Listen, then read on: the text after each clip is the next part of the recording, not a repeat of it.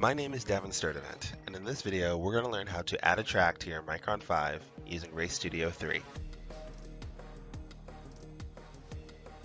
So I race competition cards, and I'm also a writer for Kart Pulse, which is designed to gather information about the sport of karting and put it into an easy to find place. So when I got in touch with Roger Cadell, who's the national trainer for AIM Sport, we decided to put together some videos about how to use karting data in Race Studio. We've broken them up into these little mini vignettes, hopefully to make it easy to consume. But if you have questions about whatever we cover, just leave a comment below and we'll put it in another video. So I'm going to turn it over to Roger and take it from there. So, Roger, I know that I need to load a new track into my Mychron whenever I'm going to a new place. How do I do that? The Mychron 4s and the Mychron 5s work in a slightly different way. You know, the Mychron 5 being a fully Wi-Fi device, you have to do it via the Wi-Fi connection. Mychron 4, you'd use your data key, you connect that to your computer, and you use it as a pass-through device to get the tracks in. But let's talk about the Mychron 5. The Mychron 5 being the most popular gauge now for everybody. So what I'm showing here is Race Studio 3, the software, and that's the tool that you'll use to load tracks. You really want to load the track, so when you go to a track you haven't been to, or one that's not on your logger, if you just show up at the track, you're not going to get lap times and some things like that. And it's super handy to do this ahead of time. So when you show up, it recognizes where you are with the latitude and longitude values from the GPS, and it just says, okay, you're at this track. Well, let's give you lap times when you get out on the track. So this is the process of loading, a new track or an existing track. Something has changed, or you've moved around to a different part of the country, and you got some new tracks. So the first thing you have to do is you have to connect your Mychron 5 to your computer via the Wi-Fi link. And I have some other videos that are already done that give a little bit more detail of this. So we're just going to run through it real briefly, but and then there'll be some more coming that are more Mychron 5 specific. But this is the basic steps. As you have the Wi-Fi icon up here in the upper right-hand corner. The Mychron 5 is on, sitting here on my desk, and then you just click on the button. It goes out and it searches around and finds all of the Wi-Fi signals that are within range of your computer. And the Mychron 5, this one's I've given a nickname of Learn Fast, but it's Mychron 5 number 102, and it says connect. So we'll just click on the connect button. You'll see down here in the lower right hand corner, it's trying to connect. Then it sees the device.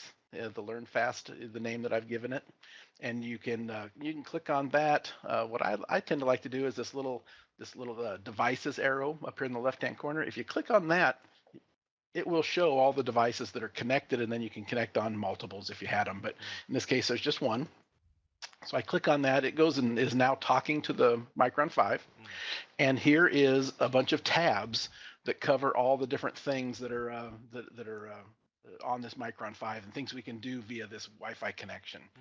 And it's always going to open to the last thing you left it at, but in this case it's on live measures. So you can see here the data that is coming directly from the Mychron 5 real time to your computer.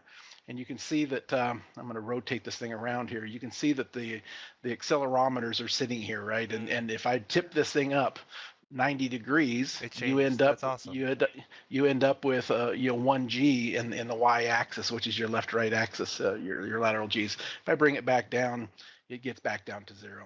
We can calibrate these sensors to get them back. We can look at what the millivolt values are coming out of the actual out of the different sensors and so forth.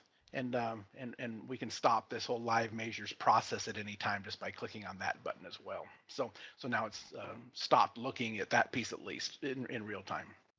So, but the question in front of us at this point is tracks, right? So this is where you download your Mychron 5 as well. Your Wi-Fi properties, we can change the names, and then the tracks tab. So we can just simply come in and click on the tracks tab, and it goes out there and does a quick refresh, and it looks at the memory on the Mychron 5, and boom, there are the tracks that we have loaded onto this Mychron 5. We can take a look at them. We can get rid of them if we want to, just by simply clicking on the let's get rid of the Tri-City, in this particular case the Tri-City Kart Club track. We just check the radio, the checkbox, and click on delete, and it goes out there and it starts to transfer that data back and forth, and then refreshes automatically and shows you what you have on your Mychron 5.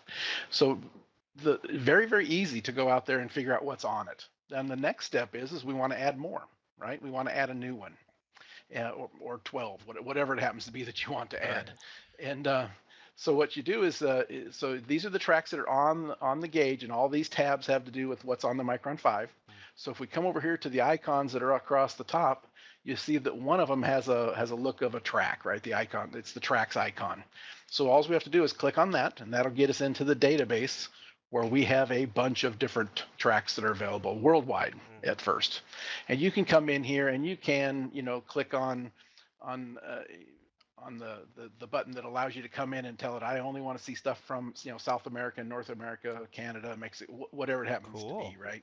So you can filter this down to a very much more narrow way of looking at the data. And I've got Canada and United States in here. And we can and come in here and just type into this filter box. You can just start to type in some letters. So I just typed in SEMA, and you can grab one of these tracks at this point and transmit it to the gauge. And we could type in any combination of letters or different filtering things that are as part of some other videos we've already done. But in this case, I want the SEMA that has the track map built into it. So we just check it, and then hit the transmit button. And you'll notice that down here at the bottom, the Learn Fast gauge starts going across. It's transferring that data in. It tells us the track has been successfully transmitted.